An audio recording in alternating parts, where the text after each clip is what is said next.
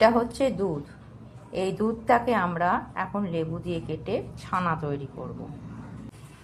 ওভেনে চাপানো দুধটা ফুটে এসেছে। এবার এর মধ্যে আমরা লেবু নিগড়ে ছানা তৈরি করে নেব।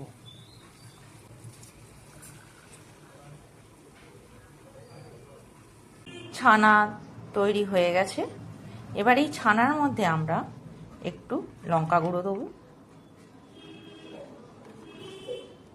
ঝালটা যে কোনো কারোর পরিমাণ মতো, একটু কিশমিশ দেবো, একটু বাদাম দেবো, কাঠবাদাম বা কাজু বাদামও দিতে পারেন, একটু ধনে পাতা কুচি, আর তার সঙ্গে একটু ভাজা জিরে গুঁড়ো, আর তার সঙ্গে পরিমাণ মতন নুন। এবার এগুলোকে একসঙ্গে আমরা মিলিয়ে নেব। ছানাটা মাখা হয়ে গেছে সব কিছু দিয়ে।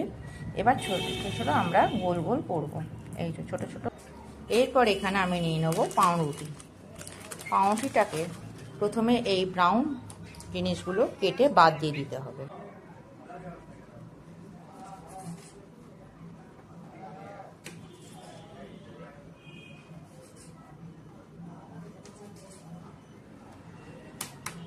এরপর এই পাউরুটিগুলো এই জলে একটু ভিজিয়ে নিতে হবে। তারপর দুটো হাতের তালু দিয়ে একটু চেপে নিতে হবে।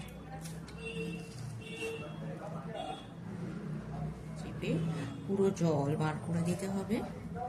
এরপর একটা পাউরুটির ওপরে ছানা বসিয়ে আর একটা পাউরুটি উপর থেকে দিয়ে এটাকে গোল গোল করে নিতে হবে। এই যে কর্নস্টার্চ, আমরা এই কর্নস্টার্চটা সামান্য একটু দিয়ে গুলব। কর্নফ্লেক্স, এটাকে আমরা কিছুটা নিয়ে হাত দিয়ে একটু টাচ করে নেব। এরপর এই এক একটা নিয়ে এর মধ্যে একবার করে ঘুরিয়ে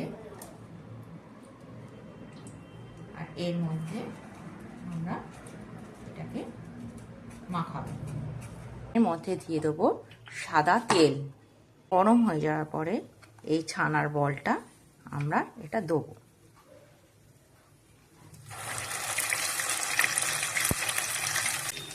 এই ছানার চপগুলোকে ঘুরিয়ে ফিরিয়ে উল্টাবো।